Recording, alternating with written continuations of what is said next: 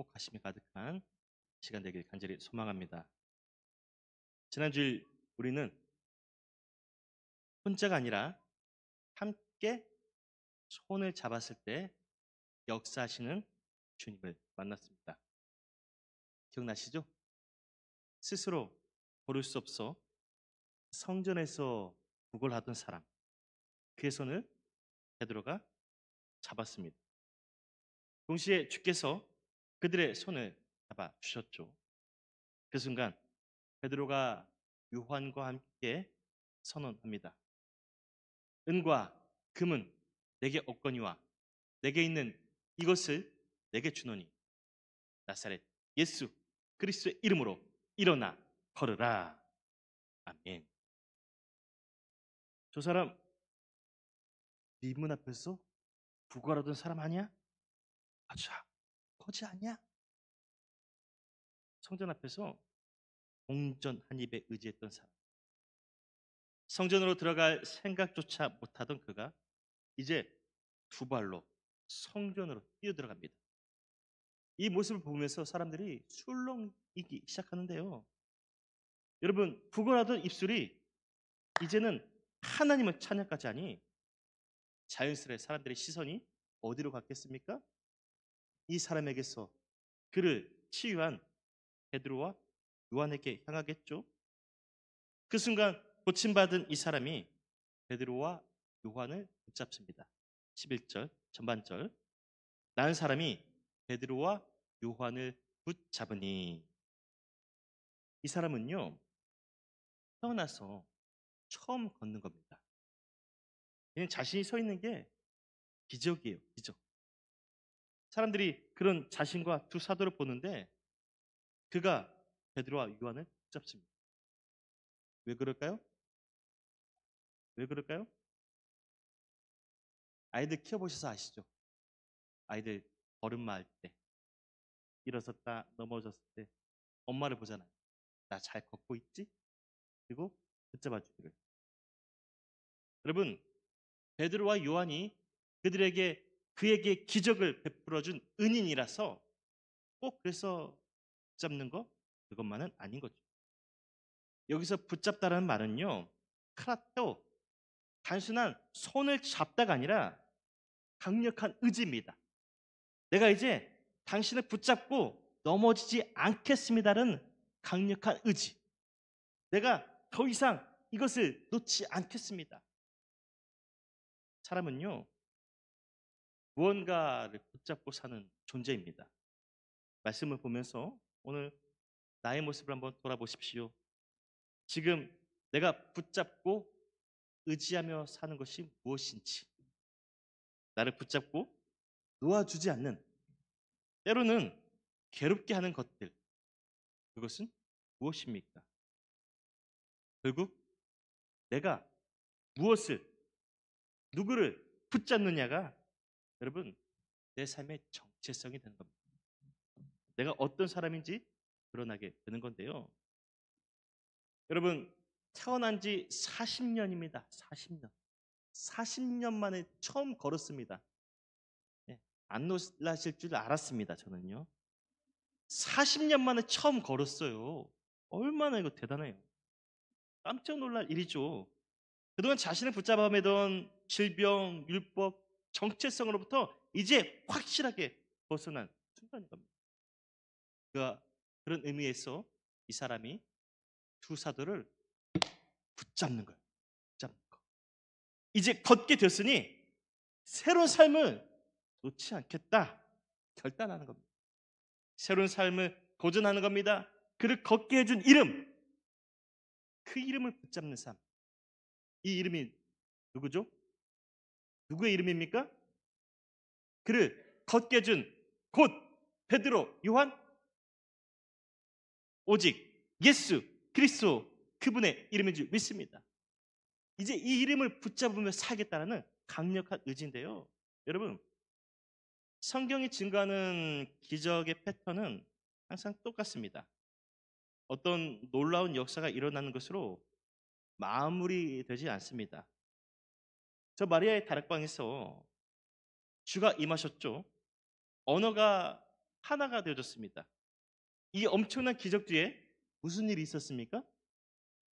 이 엄청난 기적 뒤에 무슨 일이 있었는지 성경은 이렇게 분명히 말씀합니다. 사도행전 2장 14절, 베드로가 11 사도와 함께 서서 소리를 높여 이르되. 베드로가 주님의 말씀을 증거하는 이 놀라운 역사에 대해서 이 초월적인 역사를 이루신 분이 곧 나사렛 예수였다. 이것이 성경이 우리에게 증거할 때 갖는 기적의 패턴입니다. 기적의 패턴. 기적은 끝이 아니라 시작이다. 어떻게? 나사렛 예수의 이름을 붙잡는, 그 이름으로 새롭게 내딛는 시작이다. 이 말씀입니다. 아멘. 다시 보실까요? 이제 나도 예수님을 위해 살겠습니다. 기적을 경험한 이 사람이 베드로와 요한을 딱 붙잡죠? 이후에 어떤 일이 일어납니까? 갑자기 사람들이 두 사도에게 몰려옵니다. 누가는 이곳을 솔로몬의 행각이라고 부르고 있는데요.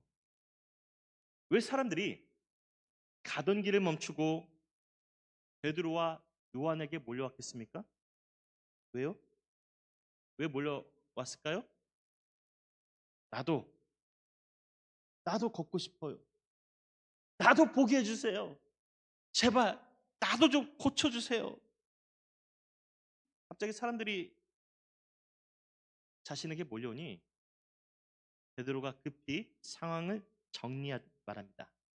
12절에서 13절 전반절 우리 함께 봉독하겠습니다. 시작. 베드로가 이것을 보고 백성에게 말하되 이스라엘 사람들아, 이 일을 왜 놀랍게 여기느냐? 우리 개인의 권능과 경건으로 이 사람을 걷게 한 것처럼 왜 우리를 주목하느냐? 아브라함과 이삭과 야곱의 하나님, 곧 우리 조상의 하나님이 그의 종 예수를 영화롭게 하셨느니라. 아멘.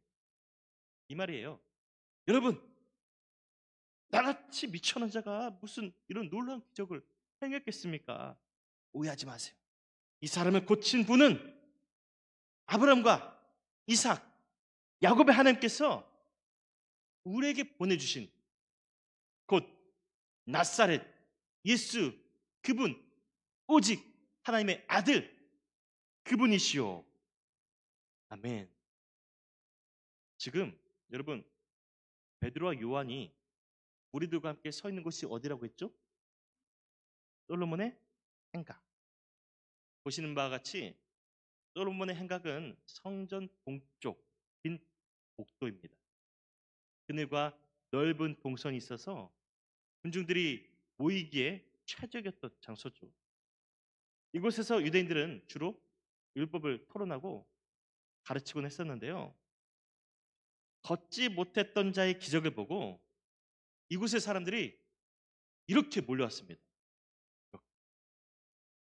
참고로 이 그림은 제가 AI로 직접 그린 것이라는 거 안 비밀입니다. 제가 직접 AI로 그렸는데요. 사람들이 이렇게 막 모여들자 베드로의 뇌리에 스쳐 지나가는 장면이 있습니다. 베드로의 그 뇌리에 비디오 필름이 하나 싹 지나가는데요. 무슨 장면이냐? 요한복음 10장 23절. 예수께서 성전한 솔로몬 행각에서 거니시니. 요한복음을 보면은요. 예수께서 이 솔로몬 행각에서 증거하신 내용에 대해서 이렇게 말씀하고 있습니다. 나와 내 아버지는 하나이다. 아버지가 나이고 내가 곧 아버지다. 아멘. 그러니까 예수님은 이곳에서 과거 당신의 메시아 되심을 증거하신 겁니다. 아멘. 그리고 지금 이 자리에 누가 서 있습니까? 베드로가 서 있습니다. 여러분이 지금 베드로라면은 어떤 마음이 들 것 같습니까? 예수께서 당신의 메시아 되심을 증거한 자리에, 그 자리에 지금 내가 서 있습니다. 과거에는 예수님이 우리에게 주목받으셨다면 그 자리에 이제는 내가 서 있어요. 내가. 적어도 우리처럼 믿음이 있는 사람들이라면 이런 상황 어떻게 생각할 것 같습니까? 어떻게 생각해야 되겠습니까? 아무 생각 없으신가요? 야, 이게 뭐지? 이 솔로몬 행각 과거 예수께서 서 계신 이 자리에 왜 내가 주목받고 있지? 하나님께서 나로 이 솔로몬의 행각에 우리들 앞에서 서게 하신 이유가 무엇일까? 그 뜻이 있진 않을까? 그리고 나서 베드로가 증거한 내용이 본문 12절, 13절 말씀이었죠. 너희가 걷지 못한 자가 걷는 것을 보고 놀라느냐? 이 일을 행하시니까 누구인지 들어봐라. 그가 바로 나사렛 예수 그리스도이시다. 베드로는요, 자신이 솔로몬의 행각에 서 있는 이유를 깨달은 겁니다. 그리고 지체하지 않은 겁니다. 과거 예수께서 스스로 당신을 증거하신 그대로 베드로가 증거하는 겁니다. 예수님이 그리스도이시다. 14절, 15절도 함께 봅니다. 너희가 거룩하고 의로운 일을 거부하고 도리어 살인한 사람을 놓아 죽이를 구하여 생명의 주를 죽였도다. 그러나 하나님이 죽은 자 가운데서 그를 살리셨으니 우리가 이 일의 증인이라. 아멘. 예수님을 증거하면서요, 베드로가 이제 하나둘씩 깨닫기 시작합니다. 왜 자신이 성전에 왔는지, 그리고 그 성전에서 왜 구걸하는 사람을 고쳤는지, 왜 예수께서 자신을 통해서 역사하셨는지, 또 왜 내가 이 솔로몬의 행각에 우리들 앞에 서 있는지, 모든 것이 베드로가 돌아보니까 하나님의 큰 그림입니다. 큰 그림. 큰 그림. 이런 거죠. 너희가 나사렛 예수의 그리스도 되심을 믿지 않고 죽였으니 보아라. 내가 지금 이 자리에 서 있다. 나사렛 예수가 스스로 메시아 되심을 증거했던 그 자리에 내가 지금 서 있지 않느냐? 보아라. 그는 다시 살아나셨고 지금 40년 동안 걷지 못한 이 사람을 그분이 고치셨노라. 내가 당당히 증언하노니 그분의 이름을 들어라. 나사렛 예수 그리스도, 그분이 곧 우리의 메시아 이신 줄 너희가 알지 못하느냐? 아멘입니까? 여러분, 요한복음을 보면은요, 많은 기적과 표적이 나옵니다. 문제는 이 놀라운 기적을 보고도 사람들이 믿지를 않아요. 오히려 이 솔로몬 행각에서 내가 그리스도임을 증거해보아라 예수님을 시험했었죠. 과거에 사람들은요, 기적만 보려고 모일 뿐 예수님의 메시아 되심을 믿지 않았었는데 지금 그 모습이 베드로에게 오버랩되는 겁니다. 겹쳐지고 있는 거죠. 눈앞의 기적, 그 뒤에 감춰진 진리는 보지 못한 채 베드로에게 보이고 있는데요. 그 모습을 보면서 베드로가 주저하지 않는 거예요. 주께서 깨닫게 하시니 그 순간 전하는 겁니다. 여러분 잘 들으시오. 기적이 전부는 아닙니다. 기적은 표지판입니다. 따라해 보실까요? 기적은 표지판이다. 기적은 표지판이다. 표지판이 뭡니까? 우리가 어떤 길을 갈 때 안내하는 상징이죠. 이 기적의 표지판이 누구를 가리키고 있는지 보아라. 누구죠? 기적이 가르치는 최종 목적지 바로 나사렛 예수 그리스도, 오직 그분 한 분밖에 없는 줄 믿습니다. 이제 조금 지루해지죠. 잠이 조금 오려고 하죠. 원래 몸에 좋은 약은 씁니다. 써요. 예수 그리스도는 원래 이런 분이 우리에게 처음에는 낯설고 알기 어려운 분입니다. 근데 여러분 말씀을 통해서 신앙생활하면서 알면 알수록 인격적으로 경험할수록 우리 예수님 어떤 분인가요? 알수록 너무 좋은 분. 어떻게 좋은 분? 너무 좋은 분. 내가 왜 예수님을 이제 영접했을까? 그래서 여러분, 저는 오늘 설교 중에 단 한 번도 성령에 대해서 언급하지 않았습니다. 성령에 대해서 한 번도 언급하지 않았는데 의도적으로 그렇게 했는데요. 왜 그러냐면요. 오늘 예배 끝나고 댁에 가셔서 사도행전 3장을 한번 읽어보십시오. 꼼꼼하게. 바로 앞에 나오는 사도행전 2장에 그리고 뒷장의 4장에는 성령을 언급하고 있습니다. 성령을 언급하고 있는데 본문에는 이 사도행전 3장에는 성령이라는 단어가 한 번도 나오지 않아요. 본문에 충실하기 위해서 오늘은 제가 예수 그리스도만 증거하기로 작정하고 있는데요. 여러분, 분명한 것은요. 솔직히 베드로를 통해서 걷지 못한 자를 고치신 분은 성령이십니다. 그런데 본문에서는 숨어 계셔요. 누가가 의도적으로 성령을 언급하지 않고 있는데 그 이유가 있어요. 왜요? 오직 나사렛 예수 그리스도만은 증거하기 위해서. 그분이 메시아 되심을 증거하기 위해서. 그분이 서 계셨던 솔로몬의 행각에서 예수님의 메시아 되심을 증거하기 위해서. 무엇보다 가장 중요한 핵심의 메시지 뭡니까? 성령은요 그냥 역사 안 해. 성령은 어떻게 역사하십니까? 성령은 어떻게 역사하세요? 베드로 요한이 뭐라고 말합니까? 은과 금은 내게 없거니와 내게 있는 것으로 너에게 주노니 곧 나사렛 예수 그리스도의 이름으로 일어나 걸으라. 아멘. 성령은요 그냥 역사 안 해. 나사렛 예수의 이름, 이 거룩한 이름을 통해서 역사하시는 줄 믿습니다. 아멘. 어떤 청년이 하나 있었습니다. 중학교 무렵 갑작스러운 실명을 겪었습니다.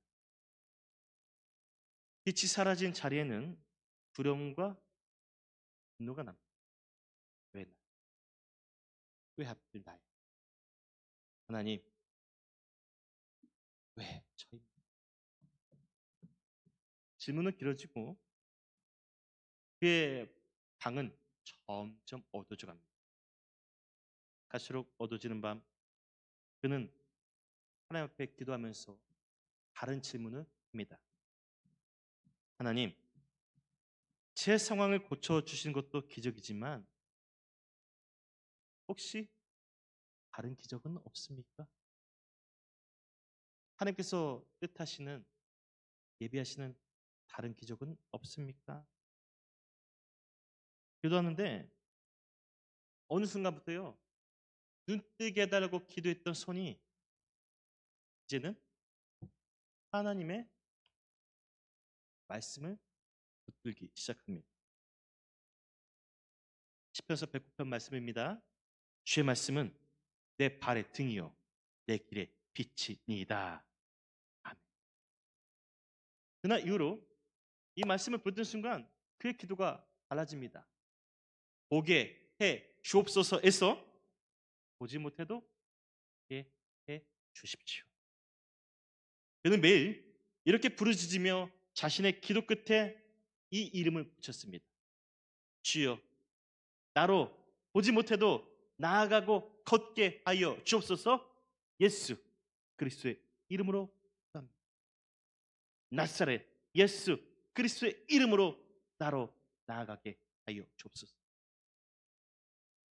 베드로가 솔로몬 행각에서 외쳤던 그 이름을 믿고 청년은 새로운 삶의 방향을 향해 나가는데요. 이제 나는 예수의 이름으로 무조건 걷겠습니다. 주여 나를 인도하여 주옵소서. 그는 그때부터 점자를 배웁니다. 책을 통째로 외우듯 공부하고요. 문장 하나를 수십 번 다듬으면서 여러 가지 해석하면서 걸어가기 시작합니다. 나사렛 예수의 이름을 부르던 이 교회 강단 밑에서 걸어 나가기 시작하는데요. 이 강단 밑에서 시작된 그의 걸음이 작은 교실로, 또 교실에서 유학의 길로, 또 유학의 그 캠퍼스에서 미국 행정부로, 예수의 이름이 이 사람을 이끌어 가는데요. 이 사람이 누군지 이제 짐작하시죠? 누굴까요? 맞히시는 분은 이따가 소불고기 부르트셔도 됩니다. 이분은요, 장애인 권익을 위해서 일생을 헌신해 오신 강영우 박사입니다. 강영우 박사. 그는 이렇게 고백합니다. 하나님은 내 눈을 즉시 열어주시진 않았지만 내 길을 열어주셨습니다. 이제 우리 차례입니다. 혹시 열려지지 않는 상황과 환경의 문턱에서 기적을 기다리고 계시는 분 있나요? 다시 한번 미문에 앉아 있다가 걷게 된 이 사람을 생각해 보십시오. 그 상황이 어떻게 바뀌어졌는지. 어떻게 바뀌어졌습니까? 베드로가 손을 잡았고 이렇게 세울 때 어떻게 했습니까? 나사렛 예수의 이름. 그는 나사렛 예수의 이름을 먼저 의지했습니다. 곧 말씀을 듣고 예수의 이름으로 다리에 힘을 주었을 때 그 자신이 바뀌는 기적이 일어났음을 성경이 분명히 우리에게 말씀하고 있는데요. 결국 현실의 상황을 잠깐 바꾸는 기적은 전부가 아니라는 거예요. 잠깐의 기적은 우리 삶의 전부가 아니라는 거예요. 영원히 우리 인생을 열어줄 이름, 영원한 기적으로 인도해줄 이름, 그 이름을 붙드는 것이 우리 인생의 전부가 되어야 된다. 아멘이십니까? 그 이름이 누구의 이름입니까? 오직 예수 그리스도. 하나님께서 우리에게 주신 이 거룩한 이름, 특별한 이름, 예수님만을 기억하시길 바랍니다. 예수님만을 바라보시길 바랍니다. 예수님만 따라가시기를 바랍니다. 그 이름이 우리 상황을 바꿔주진 않을지라도 삶의 방향을 바꿔 놓을 줄 믿습니다. 그 이름이 나를 바꾸게 하여 주실 줄 믿습니다. 베드로의 말처럼 예수의 이름, 이 선포가 우리 인생, 우리 모든 삶, 기도의 결론, 결말, 풍성한 이야기가 될 줄 믿습니다. 기도드립니다. 주님, 오늘 주신 이 말씀을 통해서 다시 한번 돌아봅니다. 나사렛 예수 그리스도의 이름. 우리는 종종 사람을 주목해 왔습니다. 나를 도와줄 사람이 어디 있는지, 나를 일으켜 세워줄 사람은 있는지, 사람을 바라보는 우리에게 베드로는 분명히 말합니다. 사람이 아니라 예수의 이름을 믿고 의지하는 자에게 일어서는 역사가 있게 될 거라고 말씀합니다. 주님, 저 성전 문턱에 머물던 그 사람처럼 과감히 예수의 이름으로 그 성전 문턱에만 머물렀던 습관을 벗어나서 저희로 성전 안으로 더 힘껏 뛰쳐나가게 하여 주옵소서. 더 하나님의 크신 놀라운 사건 앞에 저희가 그 기적만 바라보지 말고 그 기적의 가장 큰 열쇠인 예수 그리스도의 이름을 더 믿게 하여 주옵소서. 그 이름을 힘입어 그 이름을 붙들며 주와 함께 더 아름답고 풍성하게 더 놀라운 삶을 향해 나가는 저희들에게 도와 주옵소서. 상황의 기적이 아니라 방향의 기적, 그 이름을 의지하며 올 때 주어지는 하나님의 선물을 저희로 누릴 수 있도록 도와 주옵소서. 주님, 다시 결단합니다. 사람을 보지 않고 예수의 이름을 보겠습니다. 저희로 오직 예수의 이름으로만 나아가는 삶이 되게 도와 주옵소서. 예수 그리스도의 이름으로 기도드립니다.